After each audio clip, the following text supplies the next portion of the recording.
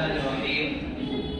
الحمد لله رب العالمين، والصلاة والسلام على سيد الأنبياء والمرسلين وآله الطيبين الطاهرين وأصحابه الكاملين، أما بعد. قل إن كنتم تحبون الله فاتبعوني يحببكم الله ويغفر لكم ذنوبكم. وقال الله تبارك وتعالى في موضع آخر، قال النبي صلى الله عليه وسلم: إن أصدق الحديث كتاب الله، وأحسن الهدي هدي محمد صلى الله عليه وسلم، ولله در القائل: بلغ العلا بكماله، كشف الدجى بجماله. بلغ العلا بكماله، كشف الدجى بجماله، حسنت جميع خصاله، صلوا عليه وآله.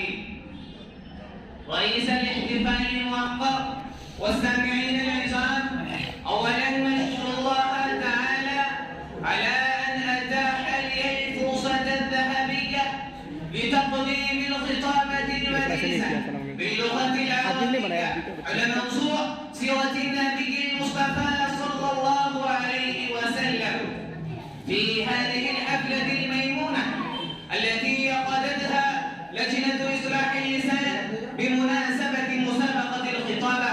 فألتمس منكم أن تستمعوا إلى ما أقول استماعا بالغا، وأدعو الله تعالى أن يوفقني أنا وإياكم جميعا للعمل بها.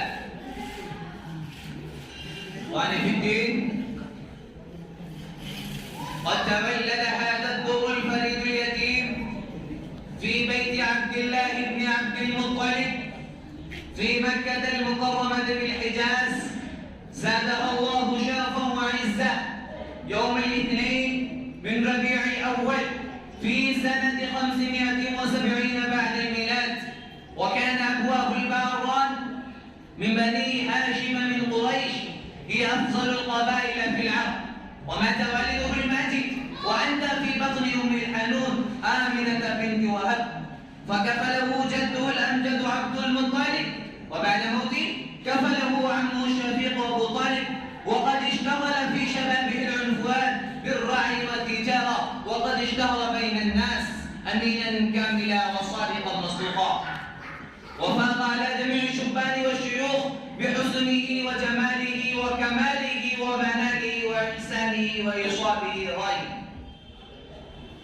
إخواني في الدين، نحن نعلم علم اليقين أن الله تبارك وتعالى أرسل الشخص العظيم العبقري إلى كافة الناس، منقذا للخلائق من الظلمات إلى النور، وهاديا للمضلين إلى الصراط المستقيم، وداعيا للناس من عبادة المخلوق إلى عبادة الله الخالق، ومخرجا لهم من الأديان الباطلة إلى الدين الحنيف، وبشيرا للمؤمنين بالله ورسله وكتبه بالجنة العظيمة التي ما لا عين رأتها ولا أذن سمعتها، ونذيرا للكافرين والمشركين.